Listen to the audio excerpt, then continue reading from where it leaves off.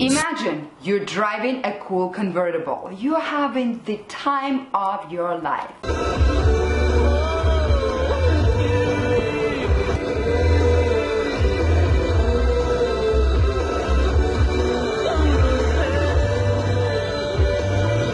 And suddenly, you get distracted by other cars showing yourself off, and bam, you get into an accident and get a big fat ticket.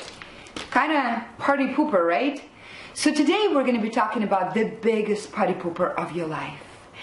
Hello and welcome to Soul on Fire Live. I'm your host, Dr. Marina Kostina, and behind the camera there is the world famous videographer, Angel Zuniga. In this show, we move you through from your lethargic, stagnant status quo to ravenous living. And today we're going to be talking about the biggest party pooper of your life. What is it? I'm going to give you a couple of seconds to post in the comments below what you think is the biggest party pooper of your life.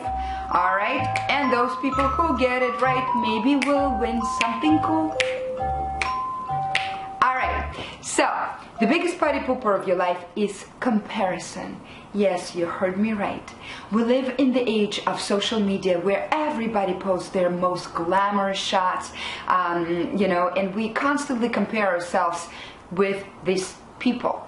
Now, somehow there is a taboo in our society to even admit that we compare ourselves to others. While comparing is really a natural human feature, okay? So it's okay to do that. What distinguishes the successful person from unsuccessful person is how we react to comparison. So in order for you to react in the most positive way, in the most productive way, I'm going to explain first of all what happens in our brain when we compare ourselves to others. First of all, there is a belief that we're lacking something. Maybe it's a relationship, maybe it's financial wealth, maybe it's fame or whatever is important for you. And then our brain is seeking, the information that can fill that gap. So we find that in the life of other people. And the third stage is the most dangerous one. This is where our brain wants to justify our status quo. Our brain doesn't want to grow, right? Our ego doesn't want to grow because this is safety. We're in the survival mode, right? If it's familiar, it's safe. So any type of expansion is perceived by the brain as danger. So whenever we see that somebody has something that we don't have, we want to subconsciously justify it. So we diminish the qualities of other people. For example, I could look at somebody and say, oh, she published her 5th book. Well, it's because she doesn't, have to work a lot and she has all time in the world. Or we can say, oh, look at her, she's so pretty and is such a great fit. Of course, because her husband is so rich and he can buy her all of the great, equipment and things like that, right? You got the idea. So that's the dangerous point where we go into automatically. It's an automatic reflex. So now I want you to be a little bit more conscious about it and learn that the very fact that you compare yourselves to others means that you can have it too. What does it mean? I'm going to give you an example. If you don't play tennis, you really are not going to be that sad that a Hari, Anna Kurnikova, the tennis player, the Russian tennis player, that she is kicking butt in tennis, right? You're going to be like, oh, cool for her. But if you're a great dancer and you see somebody winning a contest, you might think, oh my goodness, I don't have it. I would never be there, and start diminishing the qualities of other people.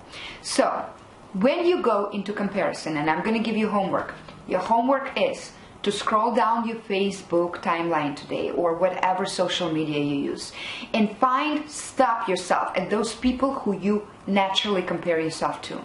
Watch how the brain goes into that justifying mode and stop yourself here and give it, first of all, the idea that the very fact that I compare myself to this person means that I can have it too. And the second magical thing is to bless that experience. So instead of looking at somebody, like I was driving the car the other day and there was a girl in a perfect body, right? She had that beautiful abs and perfect butt. And instead of going into, oh my God, I can't believe she showing herself off, or it's just because blah, blah, blah, blah, blah, I stopped and I said, I can have it too, in my own way, right? So, Marina, you gotta get yourself on a more strict diet and a better workout schedule. So I want you to do the same thing.